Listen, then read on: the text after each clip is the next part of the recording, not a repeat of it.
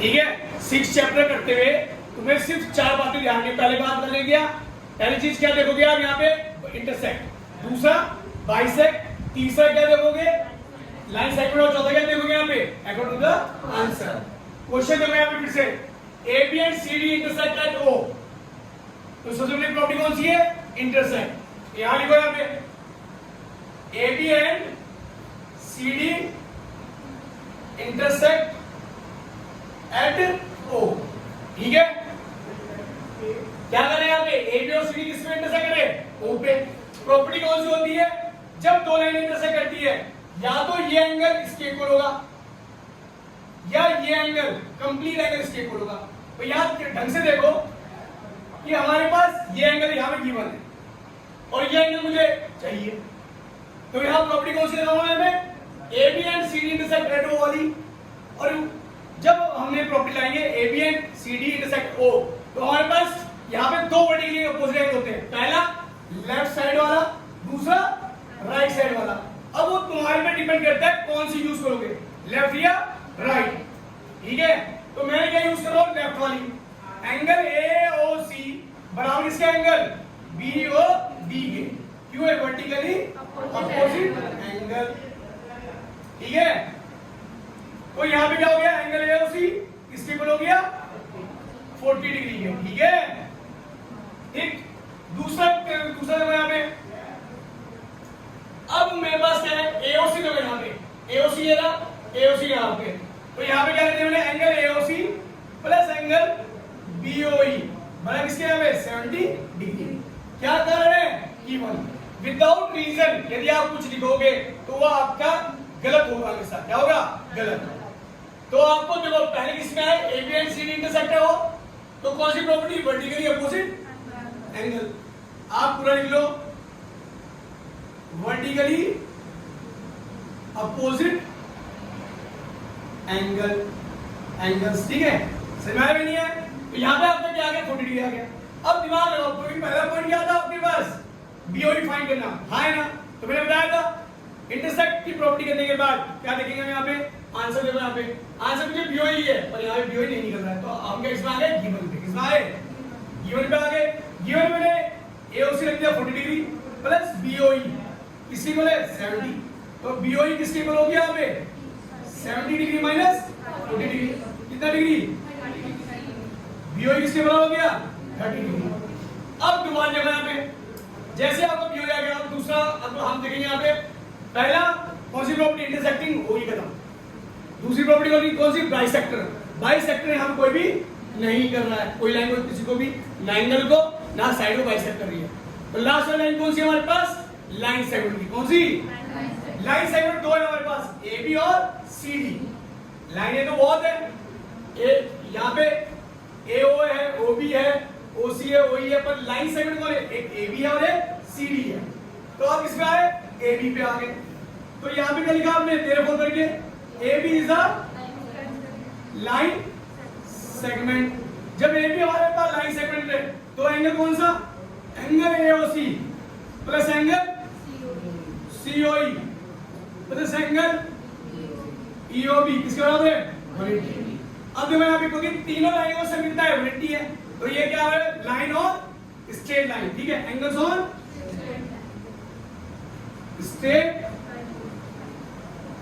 Line, ठीक है भाई।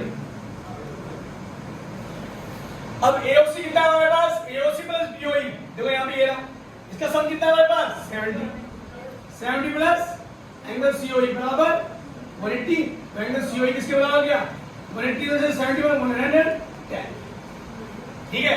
सेकंड पार्ट यहां से स्टार्ट है, फर्स्ट पार्ट ठीक है। अब दिमाग लगाओ, मुझे क्या चाहिए, मुझे COE नहीं चाहिए, रिफ्लेक्स एंगल COE चाहिए। रिफ्लेक्स किसे बोलते हैं वो ध्यान रखो, सिंपल सी बात है एंगल, ठीक है। मैं यदि एंगल मेरे पे टोकी एंगल होता है, एक जो एक पॉइंट पे जो एंगल होता है वो कितना था 360, मतलब मैं यहाँ पे हूँ, यदि मैं टर्न पूरा करके यहाँ पे आऊंगा तो मेरे टोटल एंगल कितना है यहाँ पे 360। अब एंगल जो मैं देख पा रहा हूँ, मैं सपोज की बात है मैं 110 देख पा रहा हूँ या मैं 80 डिग्री के एंगल में मैं देख पा रहा हूँ, तो मैं जो नहीं देख पा रहा हूँ मेरा क्या होता है वो रिफ्लेक्स, क्या होगा मेरा। तो एंगल मेरे पास क्या है COE, सिंपल सी बात है, कोई भी एंगल यदि मैं बोलूँ A B और C, ठीक है मुझे ए बी और डी सी जब एक पॉइंट में मीट करेंगे तब क्या बनता है? एंगल बनता है। क्या बनता है? एंगल। यहाँ पे दो एंगल काम करते हैं, एक आपका जो एंगल है, दूसरा जो यहाँ पे रिफ्लेक्स है जो आप नहीं देख पा रहे। ठीक है, रिफ्लेक्शन जो आप नहीं देख पा रहे वो वाला एंगल। तो रिफ्लेक्स एंगल यहाँ पे कितना है आपके पास? तो यहाँ पे जब हम फाइंड करेंगे कौन सा रिफ्लेक्स एंगल, कौन सा सीओई की बात करेंगे, तो यहाँ पे होगा 360 डिग्री माइनस क्या एंगल सीओई, मतलब 360 डिग्री माइनस कितना 110, मतलब हमारे पास 250 डिग्री आपका क्या होगा रिफ्लेक्स एंगल आ जाएगा। आपका आंसर कंप्लीट। सही में आया नहीं है बताओ? सबको आ गया? बस तो यही देखना है आपको। क्या पहला किस में चले आप? इंटरसेक्ट में। दूसरा किस में चले आप? अकॉर्डिंग टू आंसर बीओई निकालना था आपको, तो गिवन लाइन में आ गया। देयरफॉर का मतलब जान लो, नई चीज स्टार्ट होना। देयरफॉर से नई चीज स्टार्ट होना। यहाँ नई चीज स्टार्ट हुई, यहाँ पे नई चीज स्टार्ट हुई, यहाँ पे सेकंड पॉइंट था ए बी से लाइन सेगमेंट, आपकी नई चीज स्टार्ट हुई, यहाँ पे आपने कर दिया 3 एंगल सम। यदि 2 एंगल सम मल्टीप्लाई होता है, एक लाइन में 2 एंगल सम मल्टीप्लाई है तो उसे बोलते हैं लीनियर पेयर। ठीक है, वैसे हम 3 एंगल सम है पॉजिटिव टीचर बोलते थे लीनियर पेयर्स। ठीक है, positive angle on straight line पे जो एंगल है, क्योंकि एक लाइन जो स्ट्रेट लाइन होती है वो कितने डिग्री एंगल कंडीशन होता है? 180 डिग्री। ठीक है, तो इसमें कोई डाउट हो तो देख लेना। सेकंड क्वेश्चन देखो आप यहाँ भी क्या सेकंड क्वेश्चन गिवन देखो यहाँ पे क्या है? यहाँ पे XY and MN intersect at O। XY और MN किस पे इंटरसेक्ट कर रहे हैं? O पे। फोकस याद रखो बोर्ड पे। ठीक है, दूसरा क्या है? एंगल POY बराबर 90 डिग्री है, और आपने लेट क्या है? लेट A बराबर 2x, क्योंकि जब भी आपको रेशो दिया होता है 2:3, 4:2, तो ये कंप्लीट वैल्यू नहीं होती। ये ऐसा क्या है? ऐसा रेशो है, मतलब यहाँ पे ये कंप्लीट वैल्यू नहीं है, ये आपका जो A की वैल्यू आपकी 2 ही है, नहीं 2:3 बोला, मतलब A की वैल्यू आपने 2x ले ली और B की वैल्यू 3x ले ली। ठीक है भाई, अब सिंपल सी बात है, जो मैं यहाँ भी पहले किसमें आप काम करोगे? XY and MN intersect at O पे काम करोगे। जैसे इसमें आ गए, प्रॉपर्टी कौन सी? वही वर्टिकली। ठीक है, अब दिमाग लगाओ, ये वाली लाइन और ये वाली लाइन देखो, दिमाग लगाओ ढंग से देखो, इंटरसेक्ट कर रहे हैं यहाँ पे ऊपर, तो क्या होगा? या तो ये वाला एंगल इस पूरे के सम के इक्वल होगा आएगा, या ये वाला एंगल इसके इक्वल होगा। दिमाग लगाओ, ये मुझे चाहिए नहीं है, तो इस बार हम राइट साइड वाले कौन से लेंगे? लेफ्ट साइड वाला। ठीक है, तो यहाँ पे हम क्या करेंगे? एंगल XOY इसके बराबर है एंगल MOY। ध्यान ना, यहाँ पे XOY को देखो, MOY के XY क्या है? C और MOY क्या है? किस लिए आई है? Vertically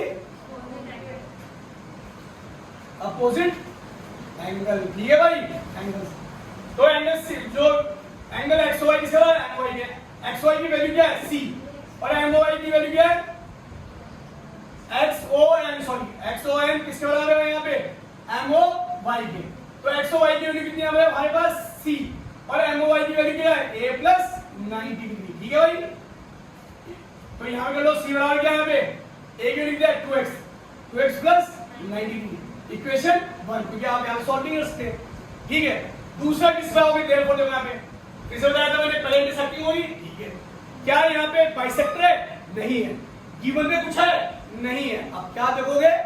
line segment. कौन सी लाइन सेगमेंट है? XY is a. अब बहुत से बच्चे ये सोचेंगे कि भाई XY लाइन सेगमेंट है, MN है, तो MN भी यूज किया, XY भी यूज किया। सिंपल सी बात ये है, हम जो पहली प्रायोरिटी देंगे स्ट्रेट लाइन को। यदि कोई हमारे पास स्ट्रेट लाइन है तो पहले फर्स्ट ऑफ ऑल उस पे करो। वैसे तो आप बोल रहे हैं ये तो स्ट्रेट लाइन है, पर ये तिरछी है, एक हॉरिजॉन्टली है कंप्लीट, या कोई कंप्लीटली वर्टिकली हो। ठीक है, एक तिरछी लाइन जाए तो हम किसी को यूज करो, कोई दिक्कत नहीं है, पर हम जो प्रायोरिटी मैंने XY की दी, यहाँ प्रायोरिटी किसको दी? A की दी। मोस्ट इंपोर्टेंट क्वेश्चन है, यदि कोई भी टीचर 6.1 से क्वेश्चन देगा तो सबसे पहले प्रायोरिटी वो देता है क्वेश्चन नंबर 1, क्वेश्चन नंबर 2 से, और एग्जांपल 1, एग्जांपल 2 को पहली प्रायोरिटी देगा। ठीक है, ये क्वेश्चन मोस्ट इंपोर्टेंट होते हैं, हर स्कूल यही क्वेश्चन देता है। और दिक्कत इसमें ये आती है क्योंकि बच्चा ये समझ नहीं आता है उसे करना क्या है। तो यहाँ पे ध्यान रखो हमें करना क्या है, दिमाग में ये बात रहनी चाहिए। जब हम 6.1 कर रहे हैं तो पहली बात क्या कि आप किसमें काम करोगे? आप पहली करोगे इंटरसेक्टिंग, यदि इंटरसेक्टिंग है तो वर्टिकली अपोजिट होगा। दूसरा किसमें? यदि आपका क्या है बाइसेक्टर हो रहा तो वहां बाइसेक्टर प्रॉपर्टी यूज होगी। तीसरा, यदि लाइन सेगमेंट है तो लाइन सेगमेंट में लीनियर पेयर या angle on straight line use होगा ही होगा। ठीक है, और last according to the answer, यहाँ पे पहला पॉइंट था तो यहाँ पे सिर्फ एक ही पॉइंट है, सी वाला क्वेश्चन मार्क। यहाँ दो पॉइंट तो इसलिए मैंने लेके दिया, पहले बीओसी की तरफ देखा फिर सीओडी की तरफ देखा यहाँ पे। ठीक है, देयरफॉर यहाँ यूज करें, देयरफॉर XY से लाइन सेगमेंट तो क्या होगा यहाँ पे, angle x to OM plus angle कौन सा MOP, MOP तो है। ठीक है, प्लस कौन सा एंगल POY।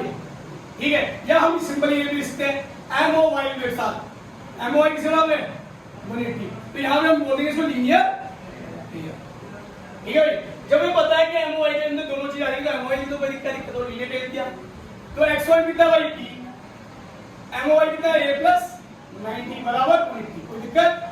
अब क्या इसको पहले इसको इधर मूव कर लो और D की कितनी है 3x प्लस बराबर 180 माइनस 90 और 3 को क्या रखा है 5x बराबर किसका है 90 के आए ना, कैंसिल हो कितना आएगा हैं 18, x की वैल्यू क्या आ गई 18 और इसकी वैल्यू पुट करनी है तो putting the value of x in equation 1 और दो यहाँ पे c बराबर 2 into 18 प्लस कितना 90 कितना आया हैं c वाला कितना आ गया 126। कोई दिक्कत, तो ये भी तुम्हारा हो गया कौन सा सेकंड क्वेश्चन। थर्ड क्वेश्चन देखो यहाँ पे, थर्ड क्वेश्चन क्या है, गिवन क्या एग्जांपल वन कर रहे हो आप, गिवन क्या है POR बराबर कितना 5x और एंगल ROQ कितना है 7x। कोई दिक्कत नहीं। अब देखो यहाँ पे क्या है, ऑल एंगल का पहली काम क्या था इंटरसेक्टिंग, यहाँ पे इंटरसेक्टिंग गिवन था ऐसे, इंटरसेक्टिंग क्या है PQ and RS intersect eight.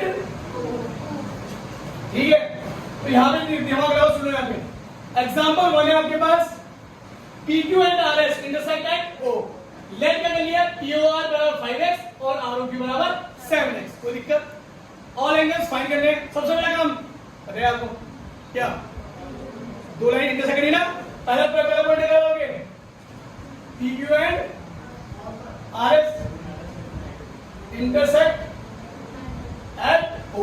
चलो यहाँ पे भाई एंगल POR बड़ा किसके SOQ के बड़ा कितने यहाँ पे 5x आएगा, इक्वेशन 1 सही है, इक्वेशन क्यों डाली भाई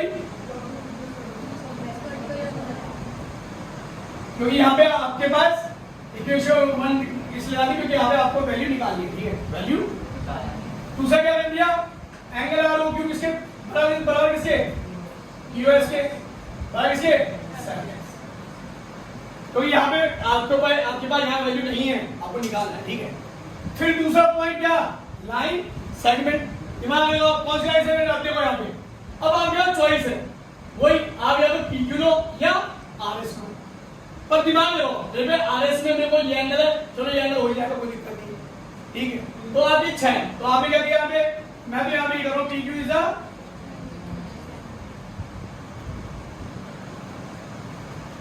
अब आपकी इच्छा है भाई आप RS लिख देना ये प्लस ये बराबर 180 या PQ लिखना ऊपर वाले का लो 180।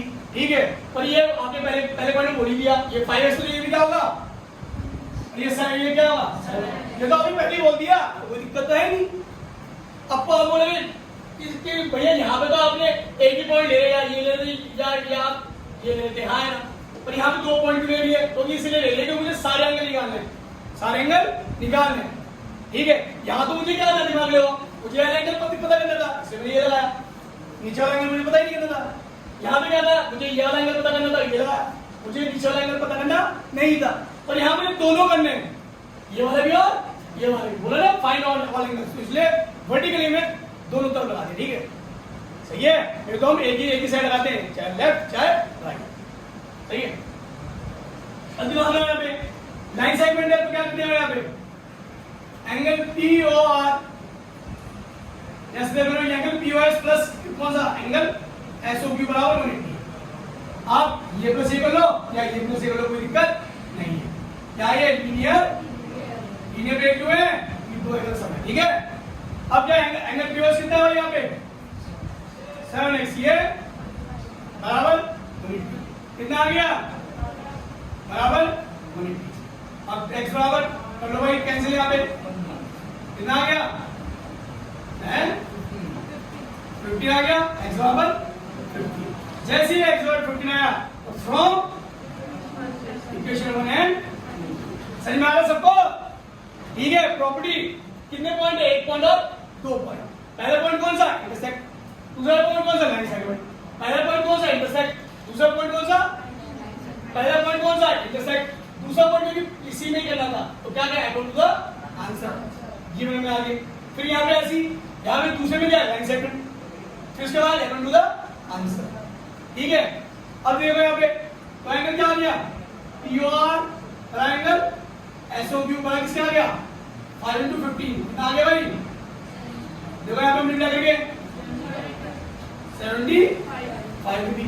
ऐसे यहाँ पे आरओक्यू बड़ा किसके पीओएस बड़ा किसके यहाँ पे 7 into 15, कितना आ गया यहाँ पे 150, ठीक है। तो यहाँ पे तुम्हारे 3 क्वेश्चन कंप्लीट हो गए। तो ये 3 क्वेश्चन को दोबारा प्रैक्टिस कर लेना।